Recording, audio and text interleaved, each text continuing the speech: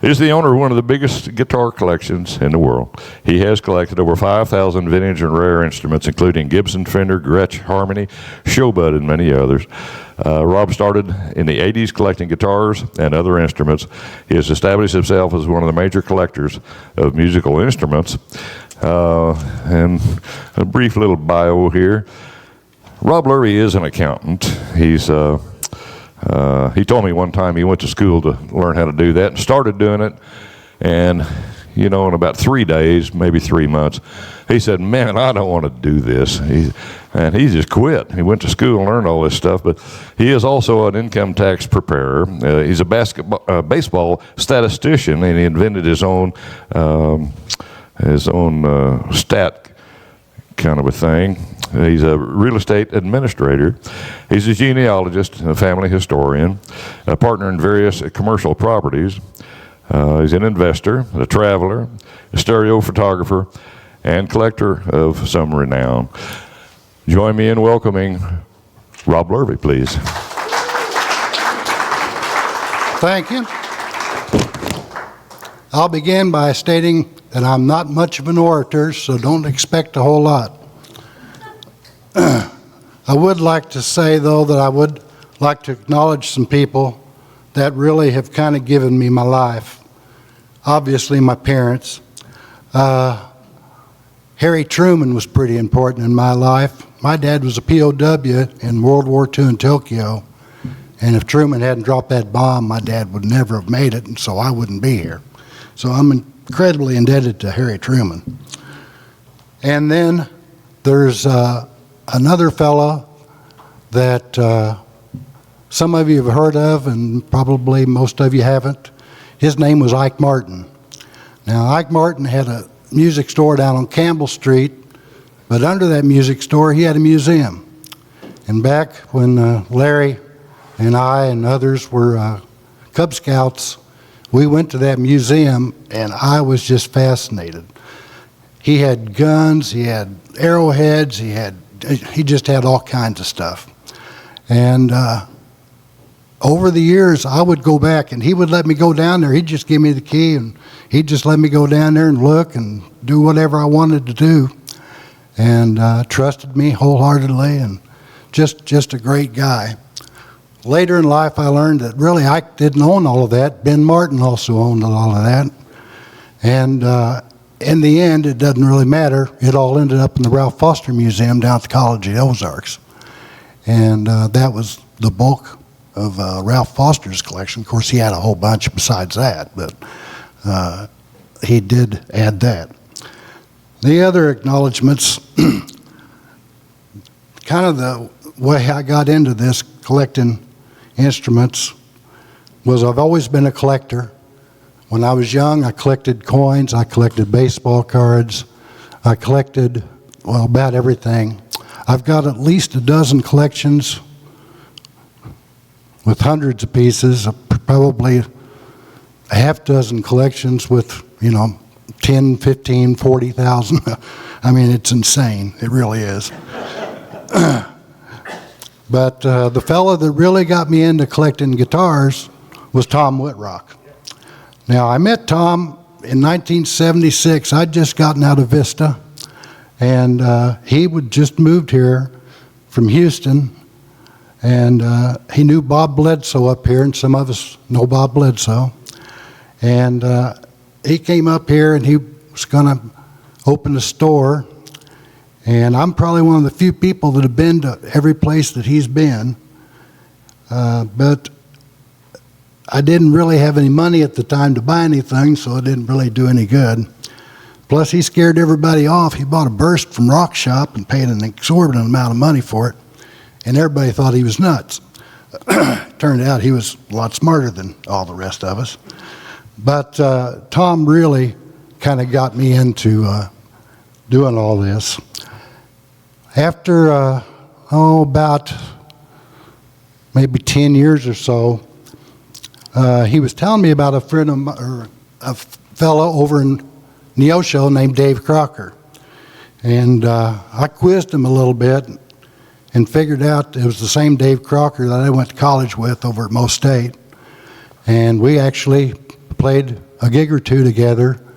One of them was Friday's Child, and that was a long time ago. But my friend Milt Rhodes owned that, and we didn't get paid, so the union don't have to worry about it. You know, no big deal. It was just a kind of a freebie.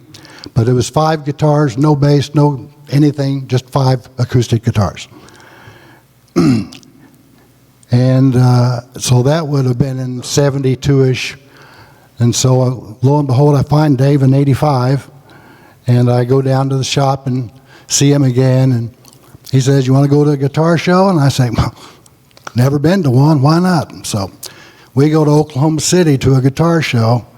It's the second guitar show that the Migos put on. They put on the first one in Tulsa, and the second was Oklahoma City, then the third was down in Arlington, and that became the annual free-for-all for vintage guitar enthusiasts. Dave got me into a lot of stuff, and I'll get into that a little more later, but some of the other people I need to acknowledge. Julie Matthews Kays came into my life in 1994 as my secretary. Now, I graduated high school with Julie. Julie's dad was Bill Matthews, one of the Jordanaires. The 3 brothers and then another formed the Jordanaires. At some point, they were all ministers. It got too much for them, so they sold the Jordanaires to a group of other people, and they all basically retired out of the music business. But Julie did everything for me. She was with me for 17 years and 9 months. I can't even begin to tell you all the things that she did do, but she gave me my freedom, basically. She allowed me to travel.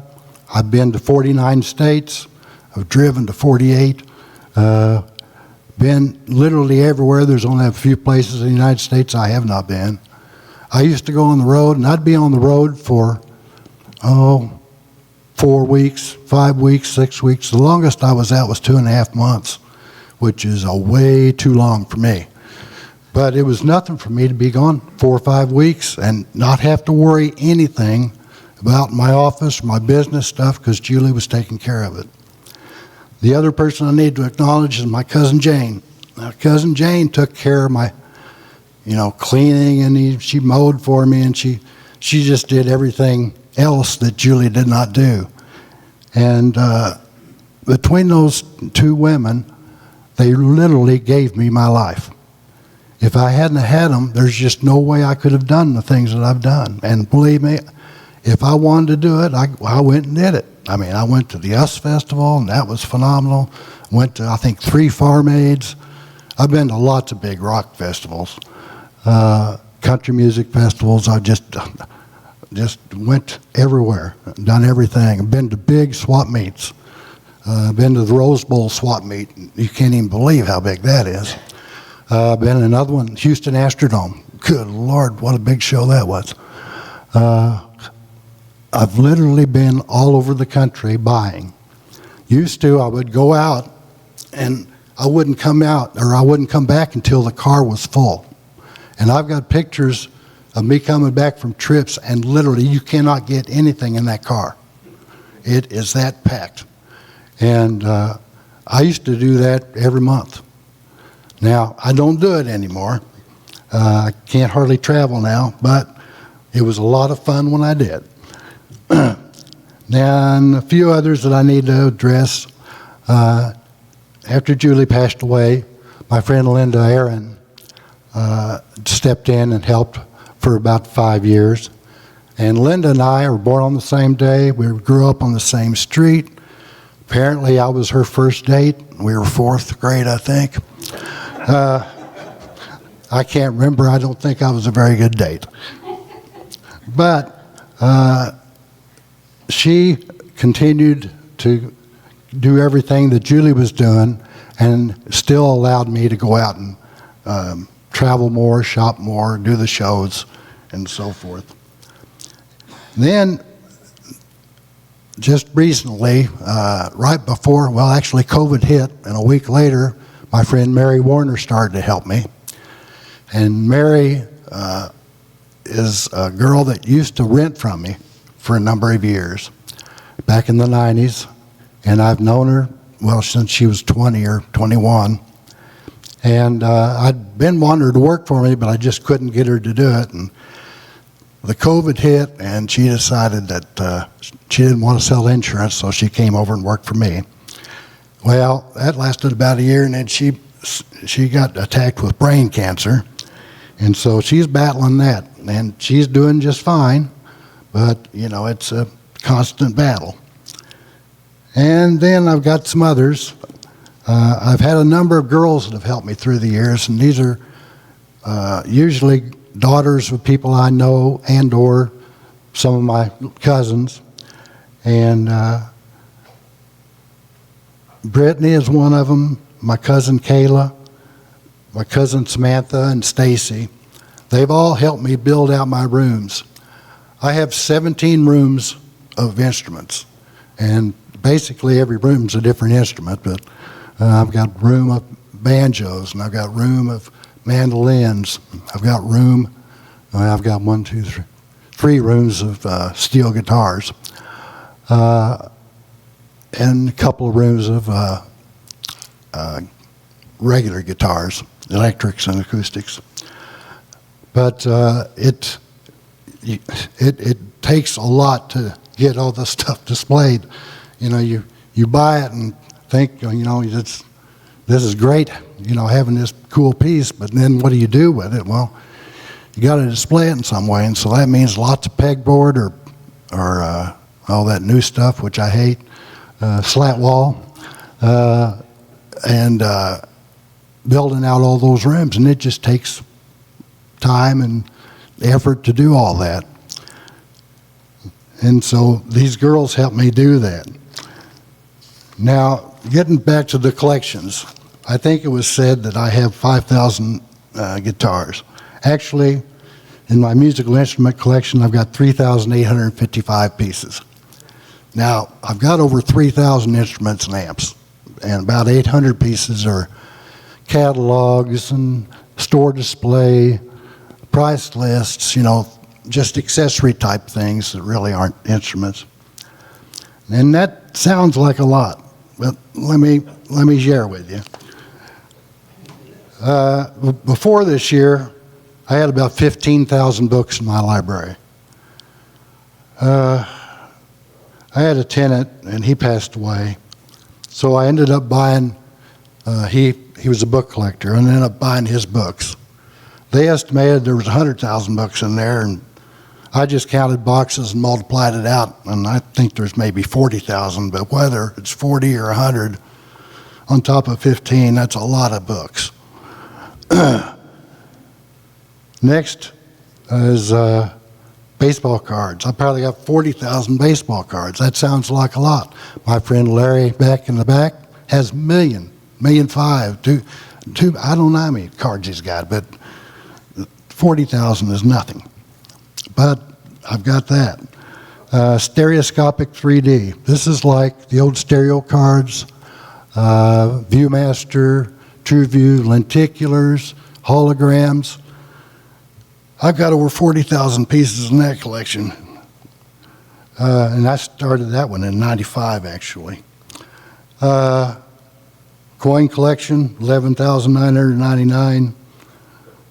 Records, 4,000. Then the musical instruments. Then movies, I got 3,000 of those. I got a camel collection I bought off of Mary. Yes, they are. I got 1,000 camel pieces, about 500 tobacco tins, 250 medicine bottles. I collect tweed suitcases. I've got 250 of them. I started collecting woodies, and I just started this recently, like little Hot Wheels woodies or whatever, like little cars, you know. And I've got about 135 of them now. I never really will have a real woody because I wouldn't put up with the maintenance and having to take care of it. But I have all these little cars, and they make me think I've got some.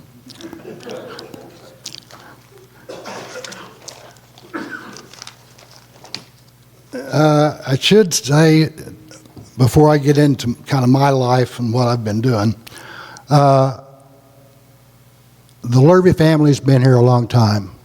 As a genealogist, I'm really into it, and I picked up really off my cousin Gene and Joanne and what they've done. But the Lurvey family has been here provably since 1675 in America. We've been in Springfield.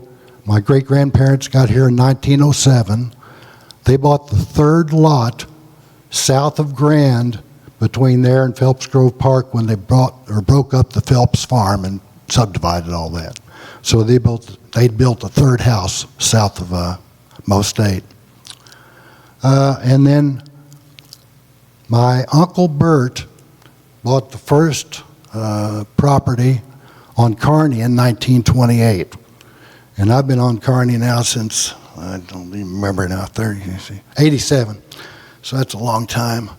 But we've almost been on Kearney Street now 100 years. Now, my Uncle Art also was on Kearney, and he had Lurvey's nightclub during World War II. And a lot of people went out there and danced. It was, dance band, that kind of place. And that kind of led into where I'm at now. I kind of lost my train of thought, but the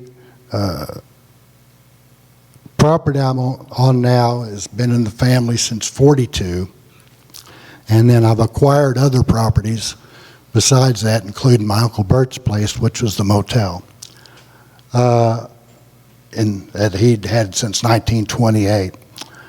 In the process of all of this, I've actually acquired 66 acres on Route 66, which is just weird. It was never a goal. I can just tell you right now, I mean, it was a fluke that it even happened. Well, not only that, I've got 0.66 miles of frontage on Route 66. Again, there was no plan. It just happened. I don't, just dumb circumstance, really. I have tried to maintain everything and trying to keep everything going, and it's been a struggle here and there. But right now, things are looking up. I'd like to go back into my childhood, so to speak. Long about when I was 6, 7 years old, I started meeting famous music people, and met a few. And then in 1959, I was co-star in the Ozarks Empire Fair with Rex Allen. What happened was that Lee Jeans had a contest, an essay contest, and something to the effect of why you wanted to meet Rex Allen. I won.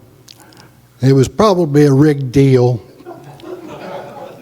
A fellow by the name of Wendell Cox was the Lee rep at the time, and he was a friend of my dad's. And we had a dry goods store on the square in Buffalo at the time, and I was a pretty bright kid. And so anyway, I won the contest. So kind of the deal was, for a week during the '59 Ozark Empire Fair, Rex would be singing out in the infield in the grandstand there. And he'd get through about 90% of the show, and then they'd send me out there with the spotlight on me. 'Cause, I was the star of the show. And he'd stop the show and make a big deal and come and get me and start interviewing me. And he'd ask me what my dad did, and I'd said, well, he made money. And he thought that was funny.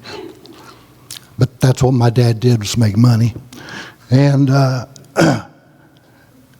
anyway, we, did the show, and then he'd sing a song or two, and then he'd put me on his horse, Coco, and we'd walk off the set, so to speak. And so that was quite a deal, really, and I kind of appreciated it. Well, in the meantime, we moved to Springfield, and this was in '59.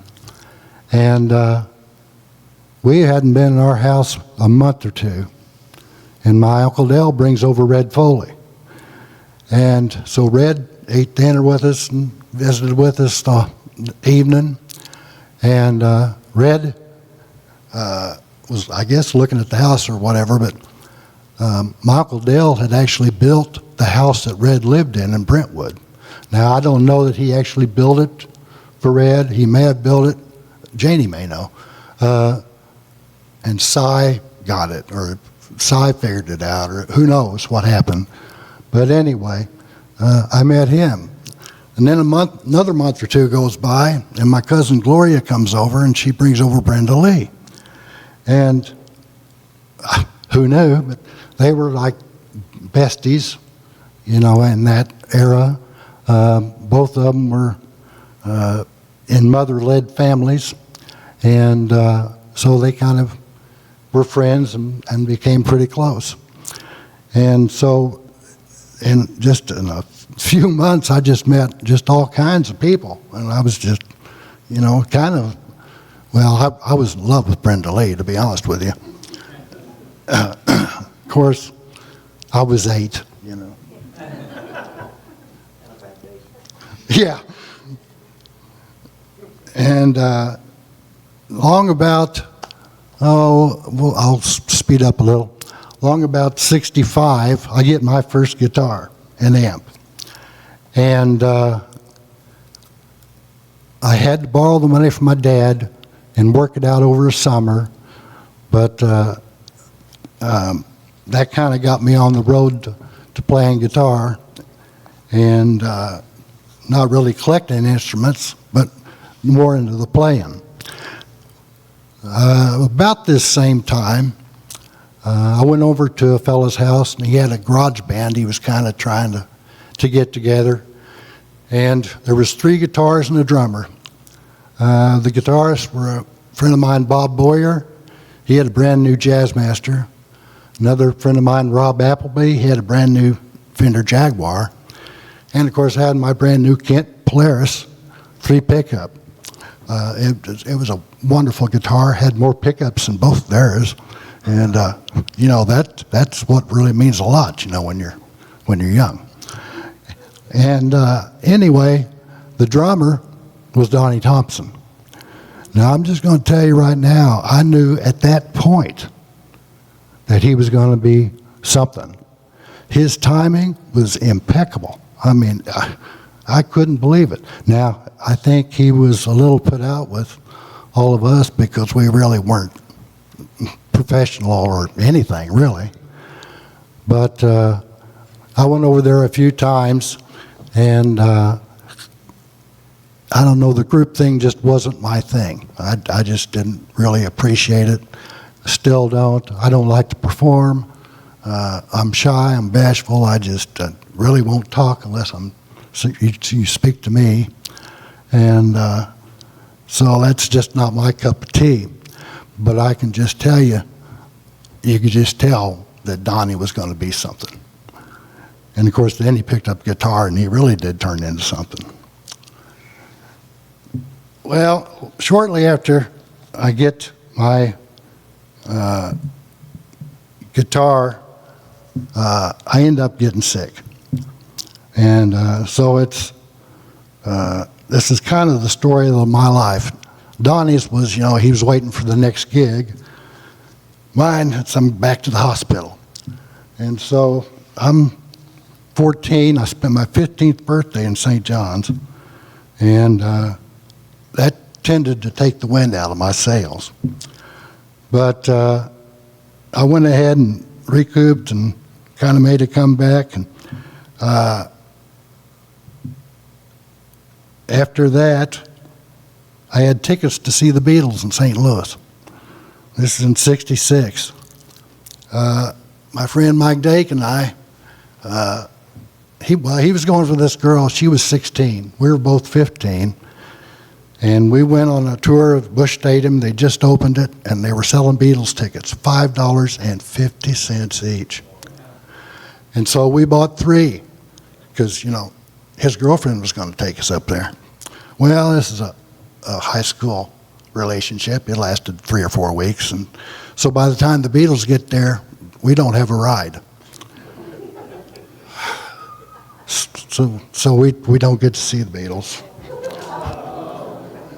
It was, well, I can tell you every time I got a chance to go see anybody, I went from that point on. We didn't get to go, but I understand through Randall from Larry Lee that it was 55 minutes of rain and girls screaming. And, I didn't really need to listen to that. So I didn't feel like I missed too much. But then onward, in '68, I began working for my dad as an accountant and doing the books, doing tax returns. Graduated Glendale in '69, then went to Mo State. Got into a fraternity, went on a trip, got into a car wreck, back to the hospital. And so I had to deal with that and getting over that. And then after summer of whatever, I ended up getting sick again, so back to the hospital. And after that, I quit the fraternity and started hanging around with my friend Mike Shealy and a bunch of other people that I hadn't seen in a while, and met a bunch of new people, one of which was Dave Crocker. And we started playing and enjoying, music. Lo and behold, '73 gets here, and I graduate from Mo State with a BS in accounting, and go down to Little Rock. We have restaurants in Little Rock. Go down to Little Rock to run the restaurants. Get sick again, back in the hospital.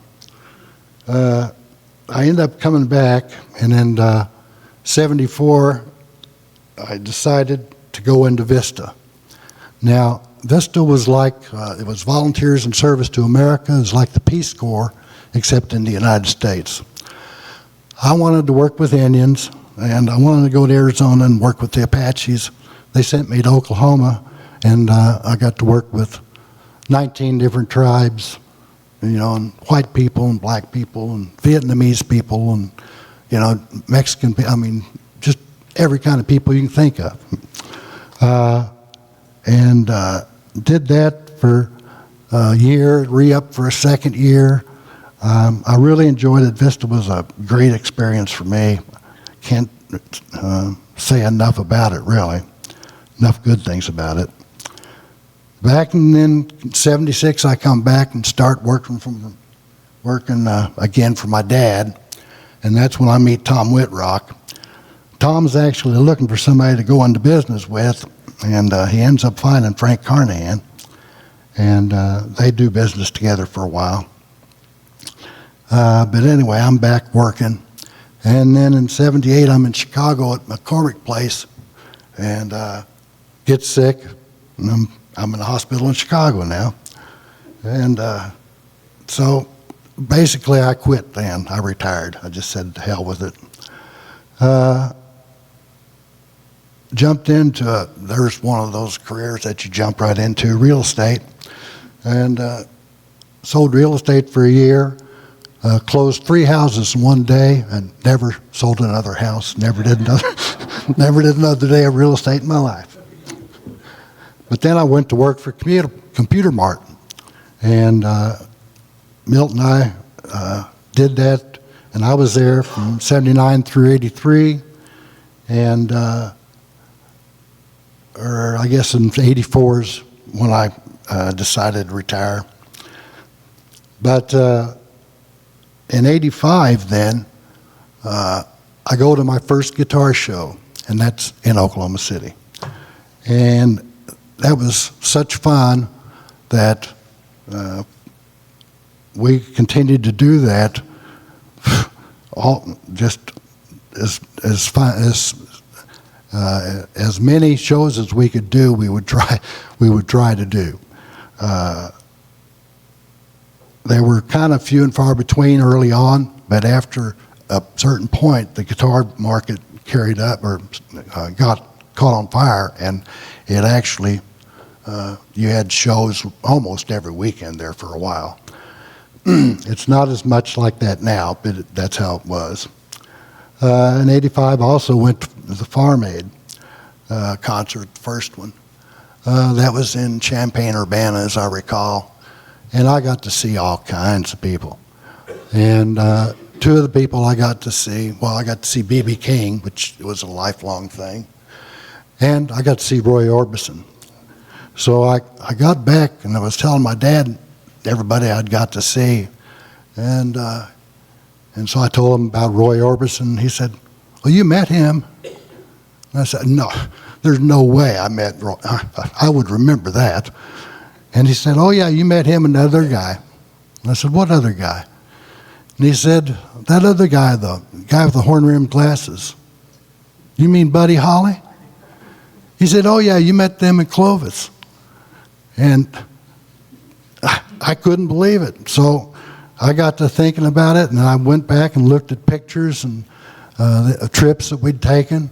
And sure enough, it turns out that Buddy Holly and Roy Orbison were recording at Norman Petty's studio, and they just came over to the record store to see how some of the records were selling.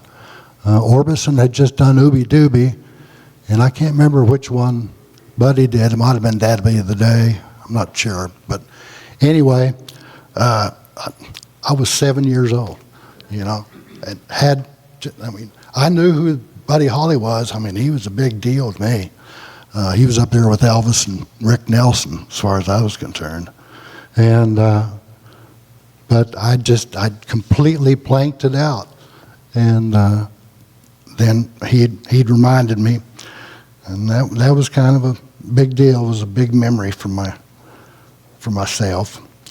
And then in '86, I was still retired. I had an aunt that passed away in New Mexico, and ended up going out to administrate her estate out there.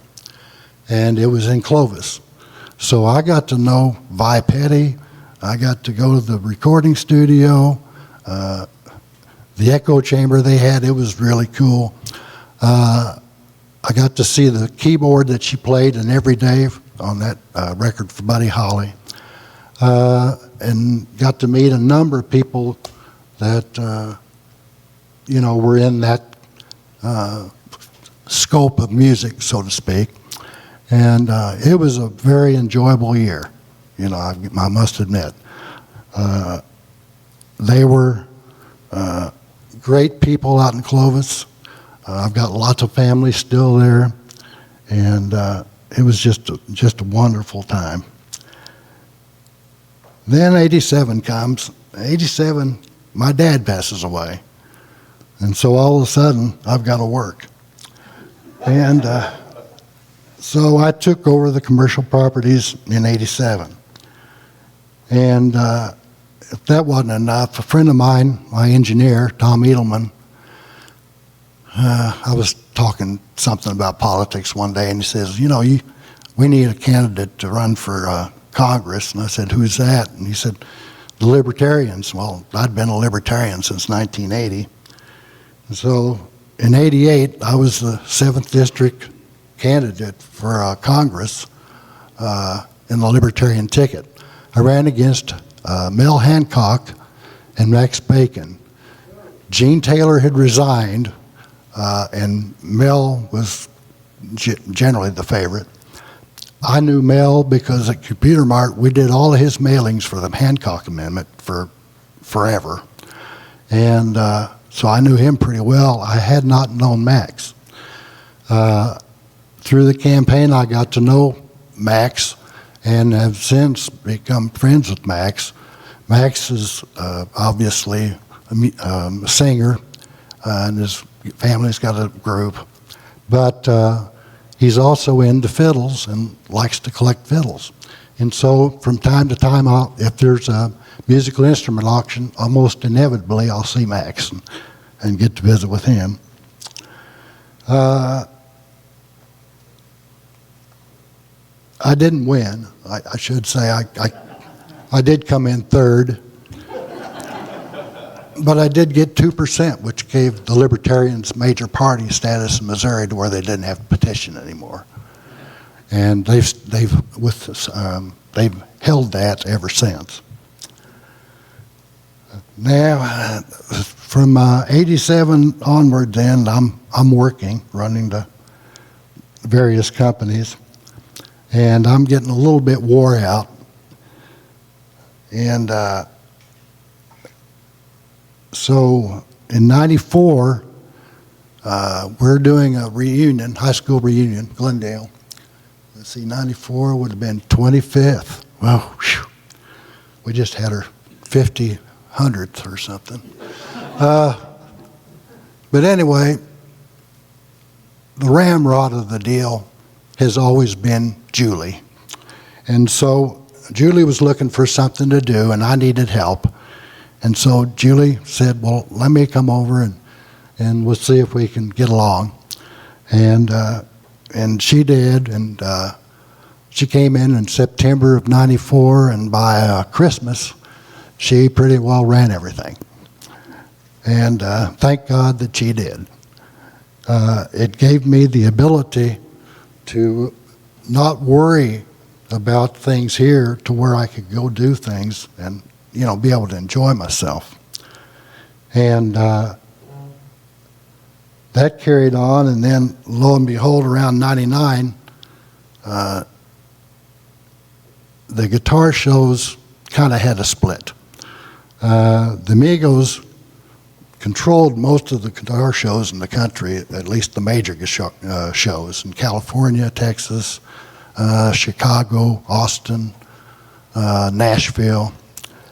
And so the company kind of split. That gave me the ability to buy into the company. And so I bought into the Chicago show, which is fortunate for me because most of the things I collect come out of Chicago. And that allowed me to go to Chicago basically for nothing and get paid for it, and then go buy stuff. And so we did that show from '99 through 2019, and then when COVID hit, Chicago just shut down. I mean, it shut down for 2 years, didn't do anything. It was nothing like it was here. We really never shut down over on Kearney Street, so I don't know about the rest of you, but I mean, Chicago shut down. That pretty much closed out that company, unfortunately. But in doing the shows, I met a number of people. I have pickers literally all over the country. I've got one up in Minnesota, John Harsh. He picks that whole area up there, the Dakotas, Montana, Wisconsin, Minnesota, Iowa, Nebraska. I mean, he covers a lot of area. I've got pickers in Illinois, Kentucky, Missouri, Arkansas, Texas, Oklahoma, Colorado. People from just around the country that know what I collect, they'll buy things and save them for me, and let me know or get in contact, or anymore they just send me pictures, and if I need it, we try to make a deal. And around 2001, then I got into the Lady Bears big time, and Jackie Stiles, and I followed her for 4 years, and I wasn't stalking or anything. I was just watching basketball, and so got to go to the Final Four, and that was a very big deal for me. I used to kid Cheryl. She was the only one in the world that could have gotten me to give any money to Mo State. I can't say enough good things about Cheryl Burnett. She's a phenomenal coach. Anyway, then we go to 2003. I get sick again. I'm back in the hospital. This has been an ongoing thing. I tried to count how many times I've been in the hospital. I think it's like 7 or 8. But I've been in emergency rooms more than that.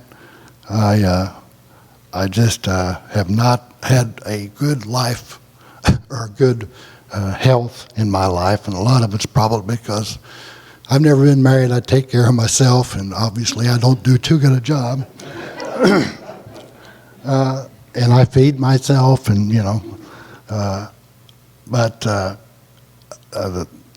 my health has certainly kind of been a challenge.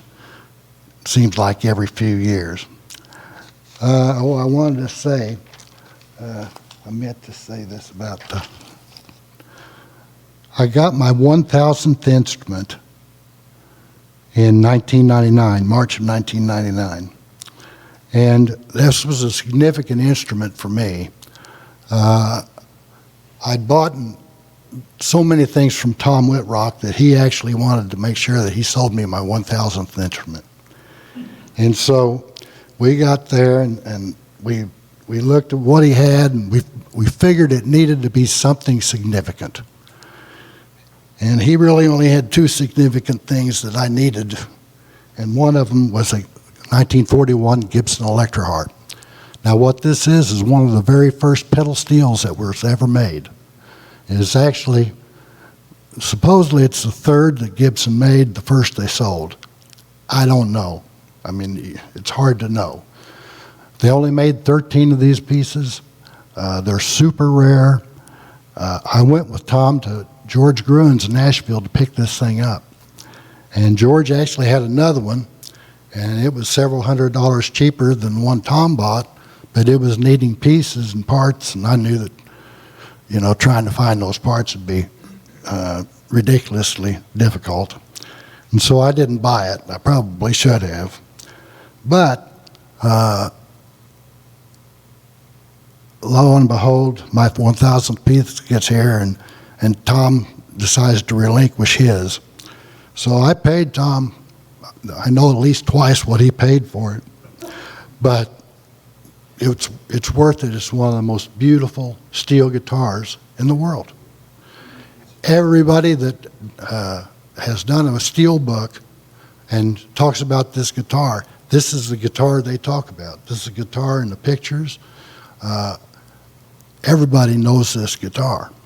Well, I've had this now, let's see, since 99. So that's what, 26 years. Then my 2,000th piece, that comes up in 2005. I'm in Chicago at a show, and I'd already set up with Tom that, once I get 99 done, I'll call you and we'll make the deal on the 2,000. And so what I ended up doing, Tom had an Epiphone EA7P Professional, which most of you don't know what that is. It's a little in the weeds. But what that is, it's a guitar with all the amp controls on the guitar. It's not on the amp, and so that's how you control it.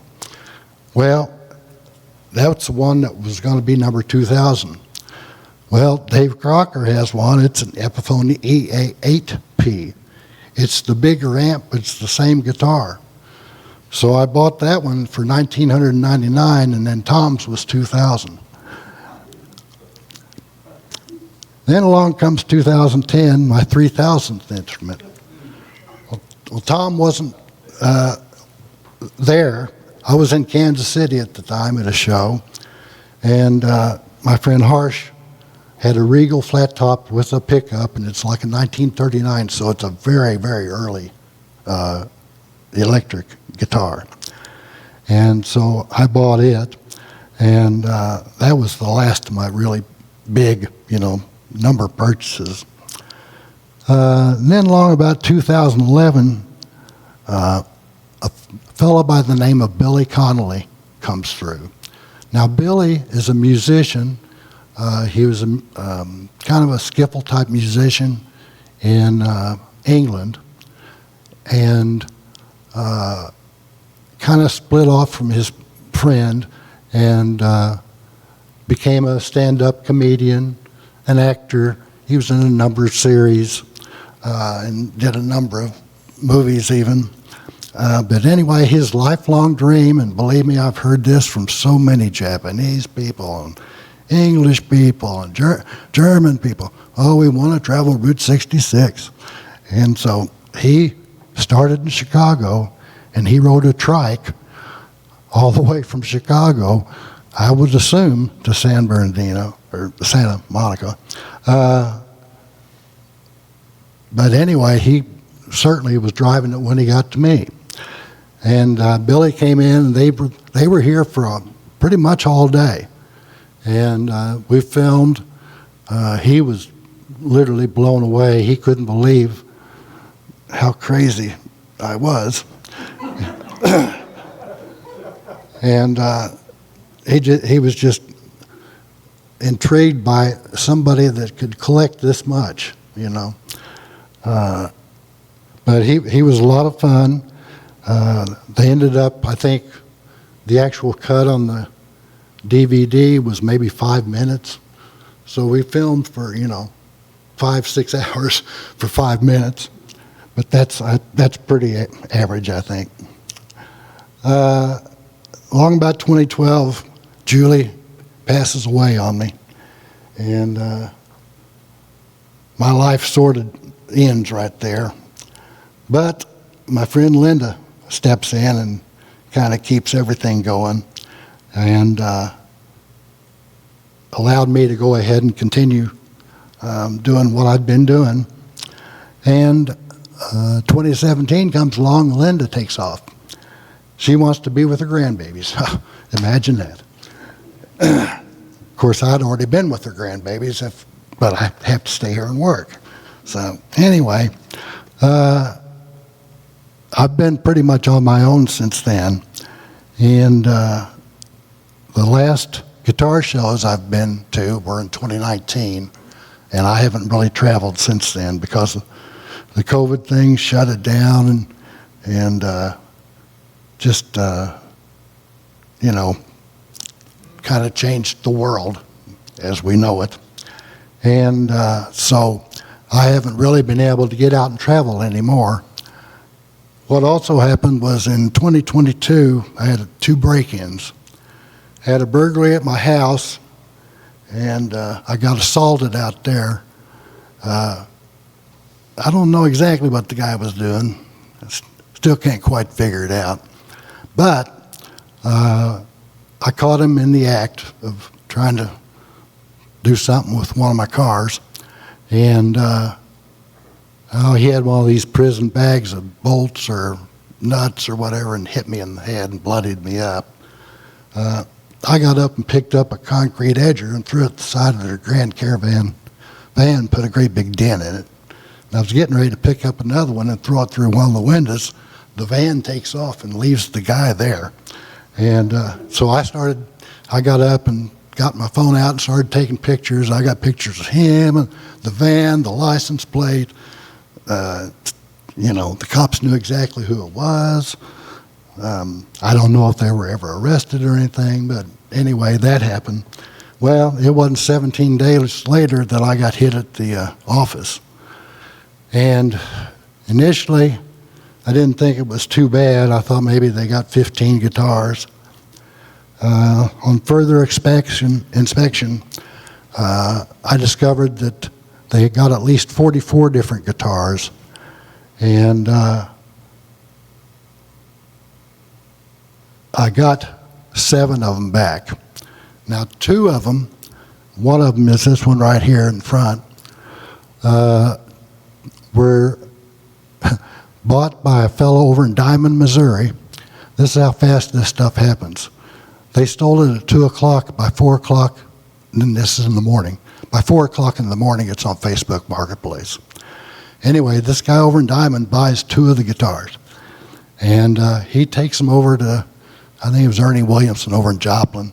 They don't know anything about vintage, so they send him to Dave Crocker down in Neosho. Dave's my partner in the guitar shows. So Dave calls me up and says, man, I just saw a couple of Coronados you're going to want. And so he starts describing them, and so I said, yeah, they were stolen last night. And so anyway, he gives me the guy's number. The guy's an insurance guy. He doesn't even want to be involved with stolen anything. And so we made it time to go get together, and I bought the 2 guitars back from him, gave him what he paid for it, and gave him an extra $100 for being honest. And so I got 2 of my guitars back. Lo and behold, a few weeks, month, I don't know how much later it was, I find another one of the guitars, and it's down in Harrison, Arkansas, with another guy that we do the shows with, Tut Campbell. And I'd known him forever, you know. We're not best buddies or anything, but, you know, you see people at guitar shows, and everybody knows everybody. And so anyway, he sold it to me. That he'd done something for it, and so I had to pay him for that too. But anyway, he says, you know, the guy I got it from, he had a 2x4 bass and some other guitars. And so he gave me his name, and it's a guy here in town. And so I went over there, and he had 4 pieces.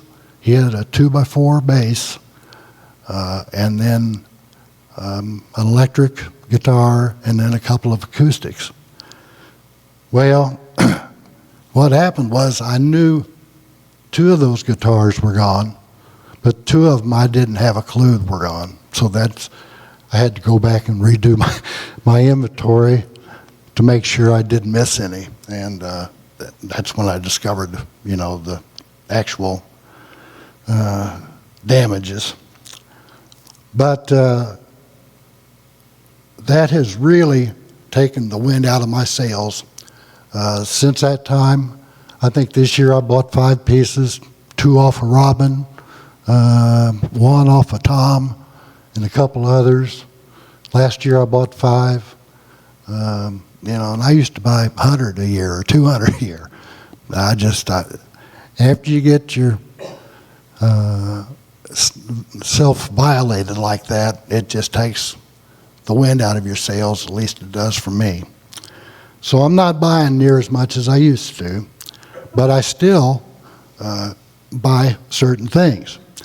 And I'd like to kind of go through some of these instruments up here on the stage to kind of give you a representation of what I do collect, because I'm getting very specific on what I buy now.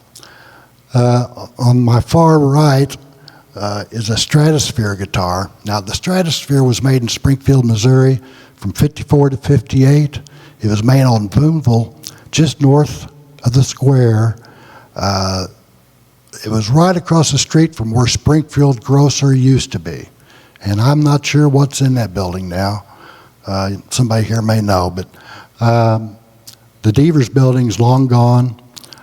They're long gone. They passed away. The last one passed away a number of years ago.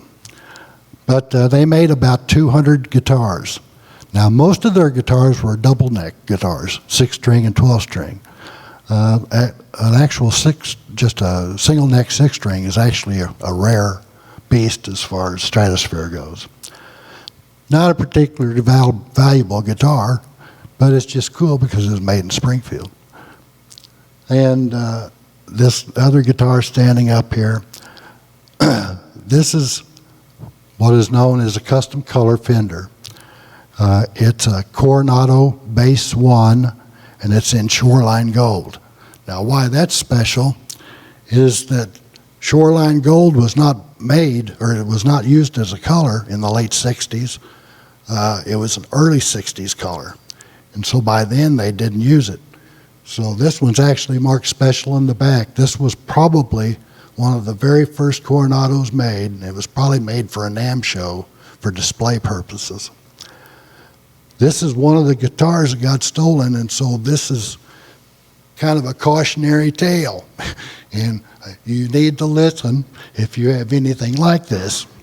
I had my insured value based on what I paid for it, not based on value. And I hadn't revaluated things for 5 years, I think. I think the last time I reevaluated the thing was 2017 when Linda was here to type for me. And this was 2022. And the guitar had increased in value quite a bit. And I learned right then and there, I need to be going through these things and reevaluating at least things with value every year. And I hadn't done that. And if I hadn't I got that back, I would have, got a few $1,000s for a guitar that was worth considerably more than that. And so that's my cautionary tale on that. Janie? Janie's going to be my Vanna or whatever. Oh, can I say something now? Sure. There's a mic right there. Turn it on. She knows how. I think it's on. Is it on? No? Is it on now? I don't know. We can hear you. One time, Rob, when he lived in his little house in Stratford, he took me out here to see it. And I walked in the door, and there was just a little path going to the living room. And you could turn, you could go through the little path to the kitchen. You could turn around and go to the other path to the bathroom. And I said, well, my gosh, Rob, no wonder you haven't been married. And I don't think things have changed. No, they haven't. Okay, the lap steel. You want me to pick it up? Sure. Oh, my gosh. You can't hurt it. It's pre-disastered. I collect lap steels. I have 700 steels. I don't know of anybody that has as many steels as I've got. I know of several guys or a couple of guys that have 300 each. I know several that have 100, but nobody in their right mind has this many. This here is an EH-275. Let me grab this piece of paper. I'm going to get in the weeds here a little bit, but I'll show you how crazy some of these guitar people can get. The EH-250 and 275 was the most expensive steel that Gibson made, lap steel. This one was made in 42 or 43. They actually made 3 EH-250s and 22 EH-275s. I actually have the first EH-250, and it's a 7-string, and it's the serial number -1. They made 2 6-strings as well, and then they changed pickup designs and made, 12, 14, 7, 19 more in the new pickup design. Well, when they got all those done, they had the 3 bodies left of the first 6, and I really consider this to be probably one of the last 3 and probably one of the very last 2. There's no number in this, so I can't tell, but I'm almost positive it is. So I have the first one, and I very well could have the last one of that model. Okay, Janie, let's go down here. The other thing I'm buying, you can just kind of set this up on its end, so to speak. This? Yeah.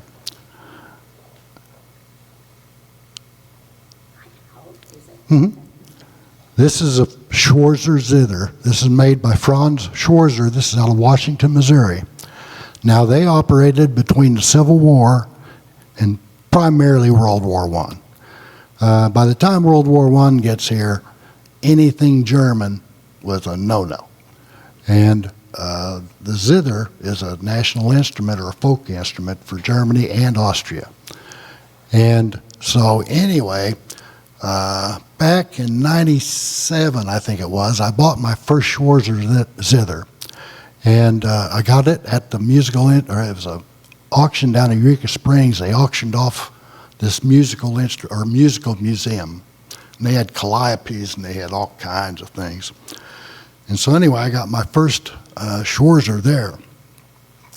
Well, this one came on the market in December, and it's known as a traveler zither. I already thought I had a traveler zither, which is the one I bought down in Arkansas. Well, it turns out this one is, and the one I got earlier was a piccolo zither. And so I know this means nothing to any of you, but it's just another model of an instrument that I have for this company. I have 19 different instruments that this company made. I've got 33 total instruments from Schwarzer. I've got the largest collection of them in the world. I think the Smithsonian's got 18. The National Music Museum up in Vermillion, South Dakota has a handful. State of Missouri's got 10 or 12. I've inventoried all of their stuff. The Washington Library's got some. The Washington Museum up in Washington, Missouri also has a few. I'm trying to get a complete collection of Schwarzer instruments. Basically, he made about 25 different instruments, so I've got about 6 instruments to go. And I'm always kind of searching.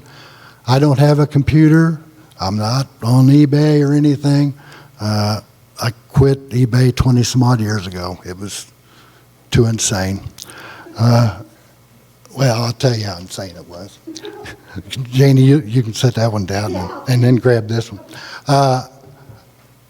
I used to follow maybe 200 auctions. I'd be on that computer 8 to 10 hours a day. I might end up bidding, because I wouldn't bid till the last minute, I might bid on 20 of those auctions. Now, I followed 200 auctions for 7 days to 10 days and maybe bid on 20, might win 2 or 3. I finally started figuring the hours and time, and it was stupid, you know. So I quit doing that, and that was a long, long time ago. Anyway, to say that, then of course on eBay, I look in January and find this. Actually, I found it in December. This is another Schwarzer zither. This is a viola zither. Now, I thought I had it bought in December. Somehow the deal fell apart or whatever. Anyway, I didn't get it bought. And so it came back on the market in January, and Mary, my friend, bought it for me, or got it for me. And I was able to add this to my collection. Now, I already had a violin zither and a cello zither, and I needed a viola zither. They only made 4 of these instruments. This is actually the first one that they ever made. This was made in 1903. It's an exquisite piece.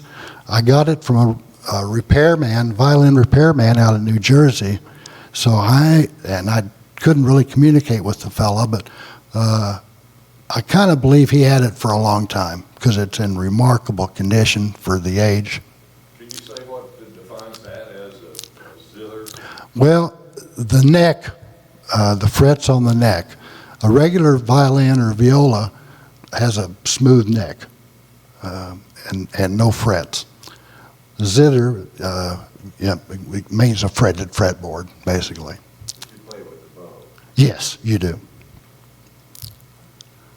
Yep. Okay, and that's all the holding. Whew.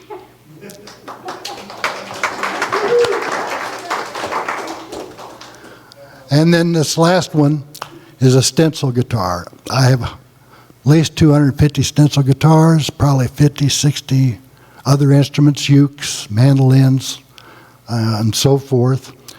This one here is a special one, and this is from a special guy. There was a fellow by the name of Bernie Michelle. He was a repair guy for George Gruen in Nashville for a long time, years. Well-known, made instruments, repaired instruments, was really into the old-timey type instruments, old Oscar Schmidts, Sovereigns, Stellas back in the 20s. And at some point, he wanted to create a stencil guitar. So this is one that he created, and he created it and made 3 of them. And he gave one to my friend Dave Crocker, another one of the Amigos, Larry Briggs, and another one, John Brinkman. And so each one of them had one.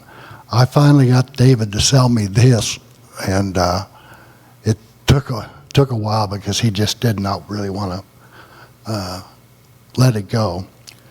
But Bernie was an interesting person. Looked a hell of a lot like Abraham Lincoln. One of the plainest people you've ever seen in your entire life. And he actually decided at 50, whatever, that he was going to become a woman. And so Bernie became Dixie. Now, that doesn't happen overnight. You have to go through hormones, and it takes a year for that, and you got to go through psychological testing, and just on and on and on and on and on. Well, he'd done everything, got everything done, and he needed the money for the operation. And so he had 300 instruments, and David and I and Dave's son Cody, who was probably 10 at the time, went over to Tulsa and bought all of those instruments. I won't say most of them. Half of them went to a friend of ours in Buffalo, New York, Top Shelf Music. I ended up with 20 or so percent, maybe 25. And then David ended up with the rest of them. But Bernie took that money then, went to Colorado and became Dixie. Now, I'm going to tell you, she was actually a pretty attractive lady.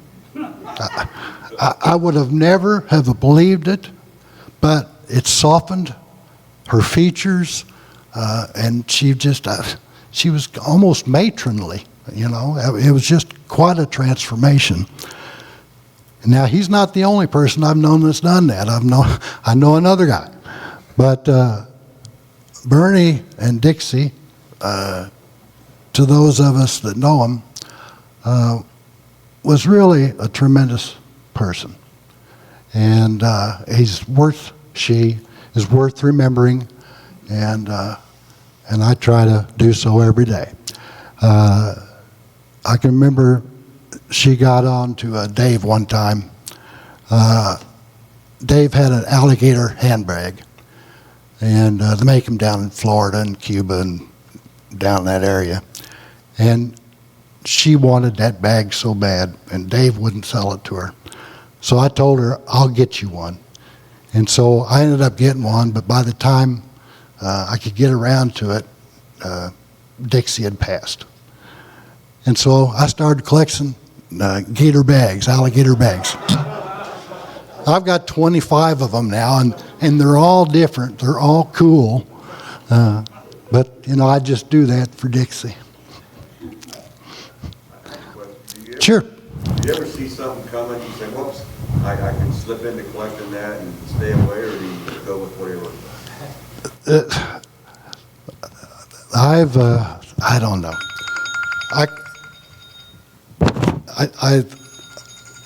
I see things I like, and I don't know, I might buy one or two, but really it doesn't start being a collection until you get 100 of them, you know, or 1,000, and then it's a threshold thing. yeah. But the other part of it is I never sell, I never trade. I'm famous for it. I mean, people know me. Tom knows he can sell me anything, and he can come over 10 years. Well, I may be dead by then, but he can come over 10 years from now, and it will still be there. And everybody else knows that as well. I have a question for you. Sure. Okay.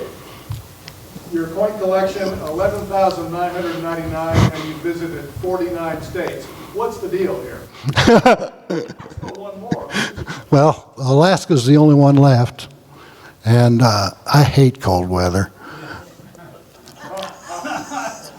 But I don't know if I've got any trips left in me or not. I've got 3 that I'd like to do, and Alaska is one of them. But to be honest with you, well, these fellas here had asked me to do this a number of times, and I've always turned them down.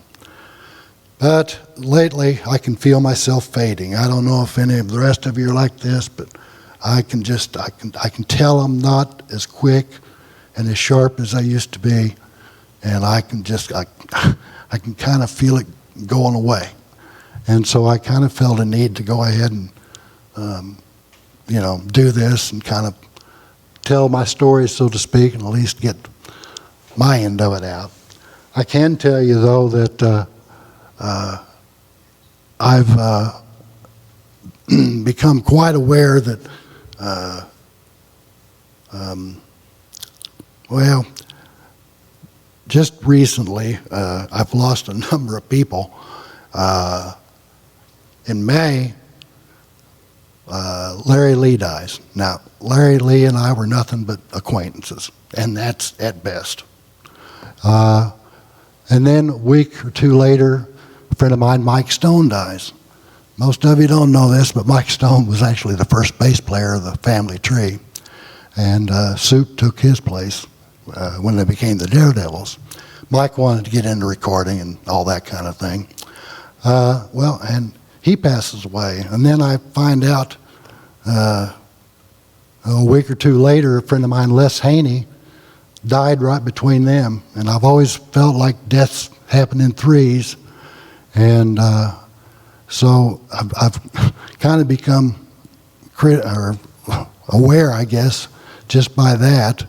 And then, of course, back in December, my friend Mike Brewer dies, Brewer and Shipley, and right after that, a week after that, one of my tenants dies, Roger Jones. Roger was a lawyer, rented from me forever, big collector. I mean, big time collector. And we had an appreciation of each other's because we collected kind of the same things, but Roger would buy the best. You know, I'm a bottom feeder.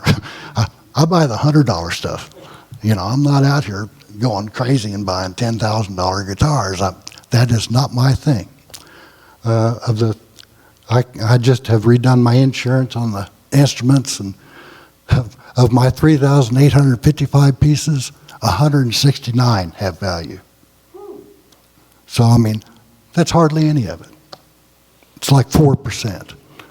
So I don't really want that expensive stuff. I don't want to have to worry about it.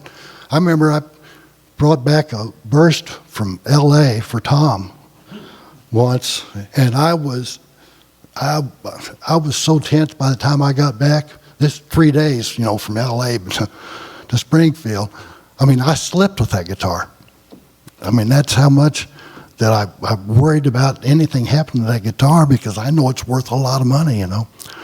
And so I don't want anything like that. Joe Bonamassa and I thank you for bringing that back. Well, and Joe has actually been there. I was going to tell you some of the people that have been there, but Bonamassa's been to my place with his guitar tech, Mike Henry.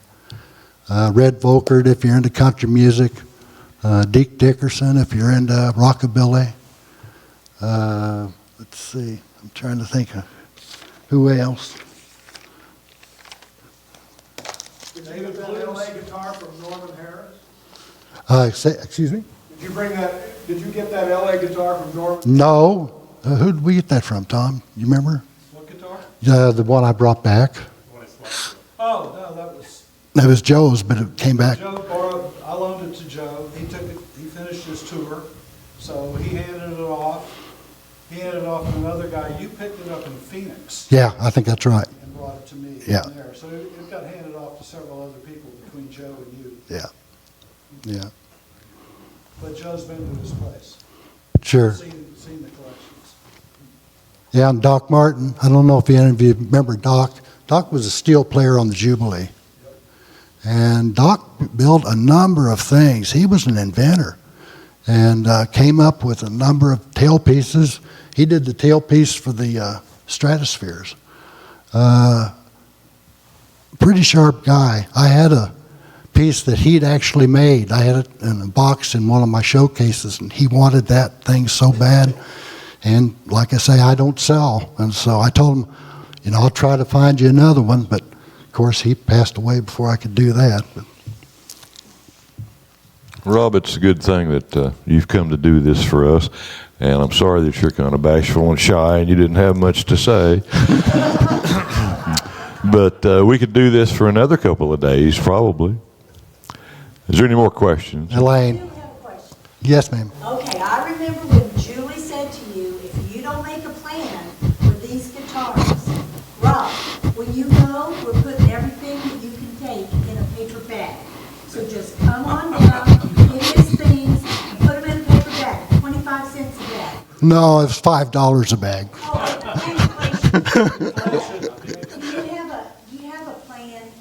Price, parts of it? Yeah, everything goes to my nephew, Neil, and I've kind of told him if he wants to sell it, how to maximize it, and if he wants to do whatever, that's up to him. I'm not going to be here, so it's not going to matter to me much. At one time, I had it set up in my estate to give my stuff to possibly 4 different museums. One was the Ozarks Museum down at the Cy Simon Room. Another one was the National Music Museum up for Vermillion, South Dakota. And then a local museum, and then maybe Neil would want to do his own. You know, I just kind of left that open. I've since taken all that out, primarily because the Cy Simon Room is full. You know, I mean, there's just a limited amount of space that these places have. The museum up in South Dakota, they have 15,000 instruments in their collection, maybe more by now. They have some phenomenal stuff. They've got a Stradivarius guitar, one of only 2 in the world. They've got a lute made out of ivory that is just exquisite. They've got, if you're into archtop guitars, they've got D'Angelico's workbench. He's kind of the Stradivarius of archtop guitars. They also have a set of Amati instruments, which is violin, viola, cello, and bass. Amati is the one that designed what the violin, viola, cello, and bass look like. Stradivarius came after, and they have a full set of those. They just have some just tremendous things. I know George Gruen has donated to them, and a number of the people I've known over the years have donated instruments to them up there. If you ever get a chance to go, it's like 7.5, 8 hours from here, straight up the interstate. Vermillion's in the southeast quarter, South Dakota. It's at the university there. And it's just a wonderful experience. One last quick question. No banjos? I've got 100 and some odd banjos. Yeah. That's all right. No, I didn't really mention them because I've only got 100 of them, and you know. Rob, thanks for coming over here and doing this. How about a big hand for our guest tonight?